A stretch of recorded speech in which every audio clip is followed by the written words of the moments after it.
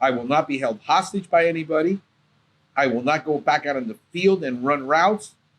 I will not do this. I will not do that. I determined there are things I'm not going to do. And those are things you got to carve in stone that you're not going to do this. You will find every way you can to avoid that. I want to build this route out now next to do X. I want next year when I get the termite license, that's going to put X amount in my pocket. The fact that I get to sit here, record a podcast at 3 o'clock in the afternoon, have a drink on a Thursday, and anybody who doesn't like it can go pound sand. Why? Because I earned it. Because for 17 years, I built this business. I worked the 80, 100 an hour weeks that no employee is ever going to work. I sacrificed time with my kids. I sacrificed vacations. I sacrificed. Now, I'm at a point in my life and in my business that I am a business owner and I am an investor. I am not an employee. And I don't care who likes it. Go pound sand. Go work for somebody else. I don't care. Because I treat you well. I pay you well. I'm there for you. But if I decide I'm taking off at 3 o'clock, that is my prerogative as an owner. You're an employee. You want to do what I do. You go out and pay the price. You go out and work the 100-hour weeks. You go out and risk everything. And you go do what it is you want to do on your own dime. Not on mine. You see, and most people can't deal with that. The owner, is doing this. He doesn't work. He doesn't do this. That's why I'm an owner. If I buy stock in Coca-Cola, I buy stock in Berkshire Hathaway, I don't fly up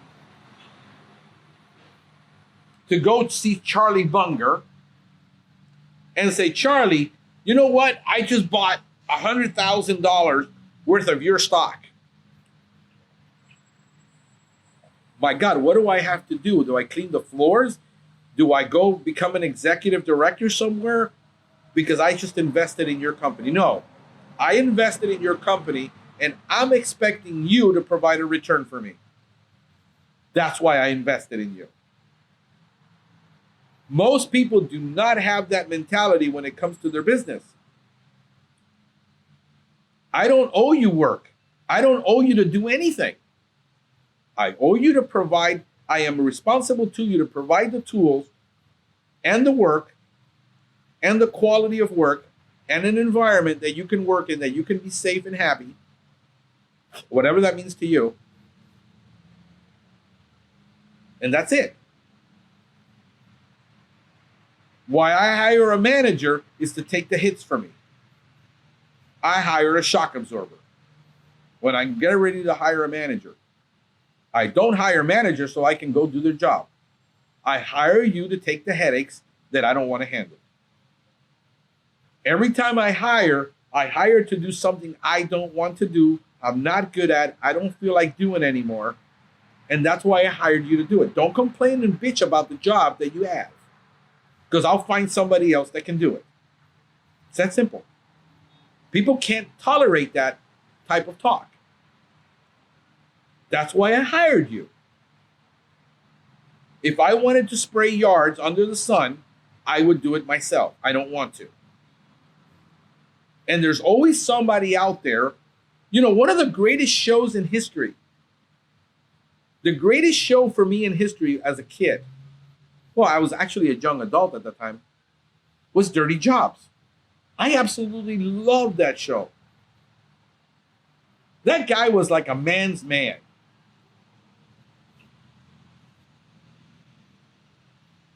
I loved This Old House when I was a kid. When HGTV came out, I was like in heaven. When Home Depot opened up, the second store in Florida that opened up in like 10 blocks from my house. I lived on 68th Street. This was on 49th Street. Across from the Westland Mall in Hialeah. I would ride over there with my bike,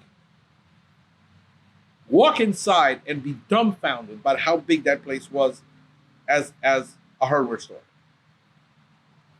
always fell in love with home improvements. I sold home improvements. This is why I want to do a podcast now, and I want to do a show, and I want to do a show for home service people, because I've been involved in just about every home service there is. Painting, pressure washing, landscaping, pest control, pool service, electrical, repairs, fencing, decks, siding, windows. There isn't anything in home improvement that I haven't been involved with as a salesperson and as a business owner. And there's a bigger market, and I would be stupid as a business person not to go after a bigger market because, oh, well, what happens? You're going to abandon the pest control industry? No, I'm still the pest geek. Except now I'll probably be the home service geek. I'm going next level. The thing is, I'm telling you what I'm doing so that when I do it, it doesn't surprise you. Some of you can't take it. I'm going to miss you. Don't let the door hit you on the way out. I'll be damned if I'm going to let people tell me what I'm going to do because I live in an environment where I have to please everybody. No. Here's one of the things you have to learn. I'm going to leave you with this. When you decide to go to next level, you're going to disappoint a lot of people. When you decide you're no longer going to be the technician and you're going to be a business owner, you're going to disappoint all your customers. Because selfish people expect you to stay in the same place. My customers who were wealthy expected to have me because they were Hispanic, as if I was one of their siesta, their boys out at the ranch, and I was exclusive to them. No. When I decided I was going to grow my business, I let everybody know, listen, I am no longer going to be the technician. I hired a technician.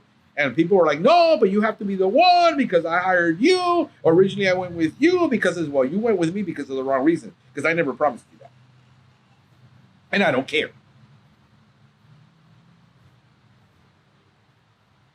When you decide to grow and hire a manager, your employees aren't going to like it because they just got used to being with you. Guess what?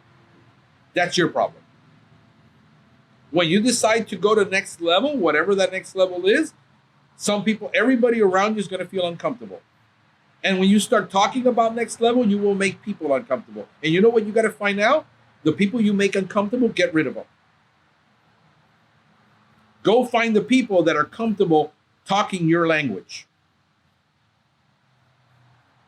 It's that simple. You can't be afraid of pissing people off. When you got to raise your prices, because what people don't understand is that in business, when you own a business, you pass every cost along to the customer. Because you're not in the business of absorbing costs, you're in the business of making profit. And every time that I just went through AT&T, raised my internet 3 times in 1 year, 30% increase in 1 year. 3 times they raised it. Do I have a choice in calling AT&T? I'm going to go with somebody. What are you going to go with? I've got 1 gigabyte up, 1 gigabyte down of speed. Broadband isn't going to offer me that. What am I going to do? Bitch, moan, and complain about it? And write a post on Facebook how terrible AT&T is and bitch about it? No. I'm going to pay it. And when I run my analytics and my financial analysis, my price went up by 7% this year on everybody across the board, and people bitched and complained. All 6 of them. And guess what? 6 left. So what?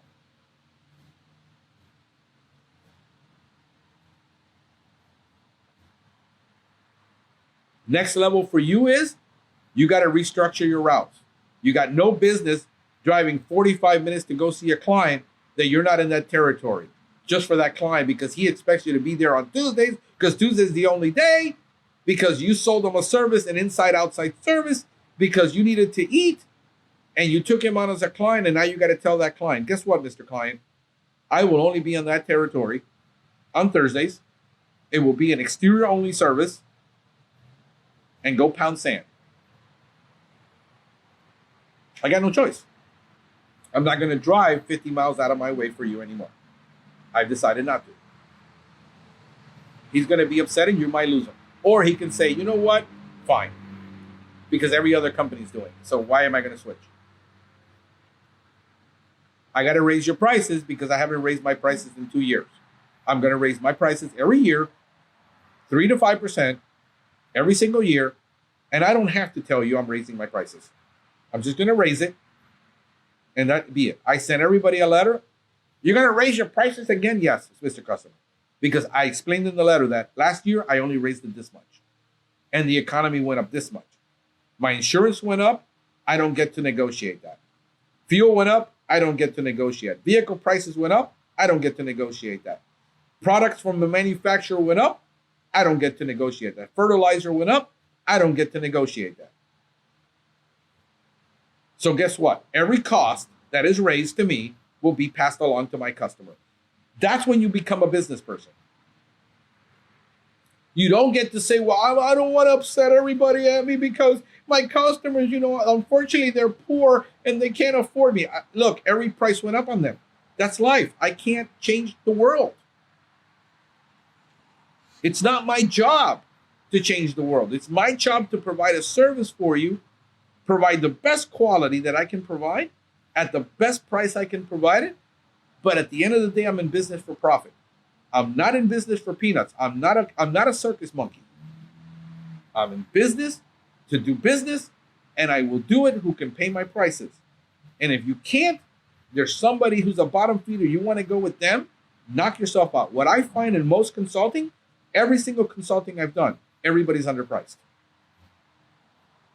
Everybody is underpriced. The problem is you only hear about the 6% that are bragging about how much they talk about. The guy who's sitting there going, everybody around me, I don't know what my pricing is, $159, and I'm charging $125. Why? You're going to have to pay yourself. I've been saying it for years. You're going to have to pay yourself a sales commission. You're going to pay yourself as a service person. You got to pay yourself the percentage of a service manager. You got to pay yourself the percentage of a CSR. You got to pay yourself as an administrative assistant. You got to pay yourself as a branch manager. And now you got to pay yourself profit as an owner. And profit is not a bad word. Everybody thinks everybody's making 20% profit margin when most people are making 5 to 6. That's the average number. Everybody thinks everybody's getting rich. Nobody's getting rich. But it is because of a few people bragging out there about what they make that everybody feels like, oh my God, I don't know how they're doing this. It can't be done. Yes, it can. Next level thinking says, you know what? Somebody out there is doing it. By God it, I'm going to go do it. That's next level thinking.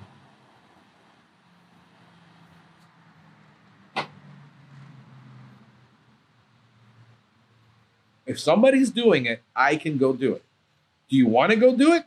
No. Nobody in the world is ever going to make you do anything you don't want to do. You're not going to convince anyone to do anything they don't want to do, no matter how much information you throw their way. No matter how much training, how much knowledge, how much preaching, how much exhorting, if they don't want to do it. A man convinced against his will is of the same opinion still.